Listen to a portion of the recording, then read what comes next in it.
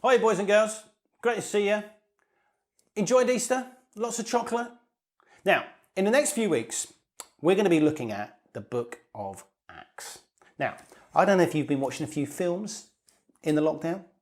I watched last Sunday with my 4-year-old. She saw for the very first time the film Incredibles. Now, I don't know, have you seen the film Incredibles? Now, I often don't like watching the second one and the third one because often they're just never as good. Now, I've not seen Incredibles 2. I don't know if it's as good as the first one, but often the second or third ones are never as good as the first. The only ones that really seem to be as good was Toy Story. Have you seen the Toy Story ones?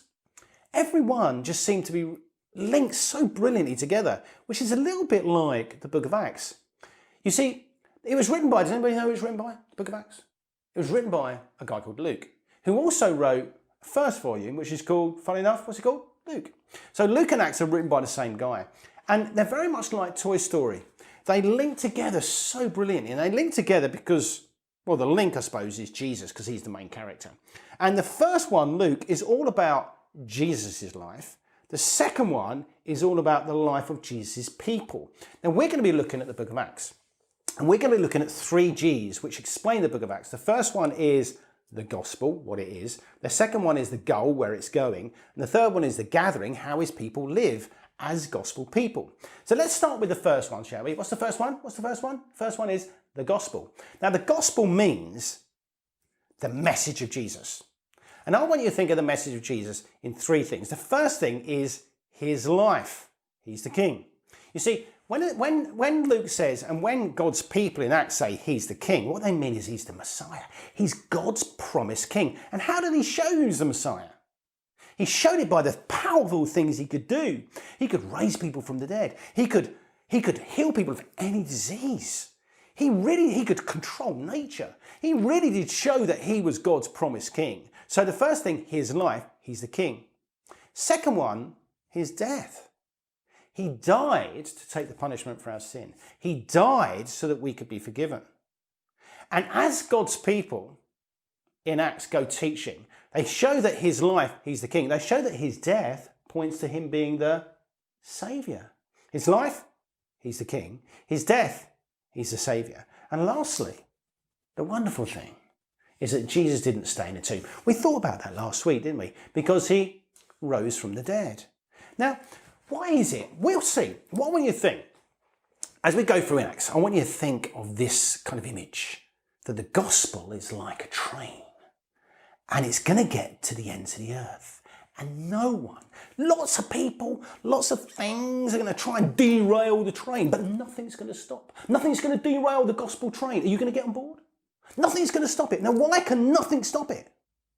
Because when Jesus died and then rose again, he showed to the whole world that he is God's victorious king. Now, nothing can stop the gospel train getting to the ends of the earth, because we belong to the risen, reigning Jesus. His resurrection equals he's reigning. So what is the gospel? 3 things. His life, he's the king. His death, he's the Saviour. His resurrection, he's reigning right now. Right now. Jesus is at the right hand of the Father. He's the risen, reigning king. The right hand, the place with all power and authority.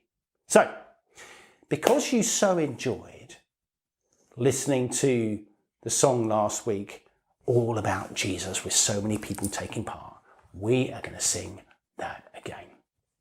Okay. How long was that, mate?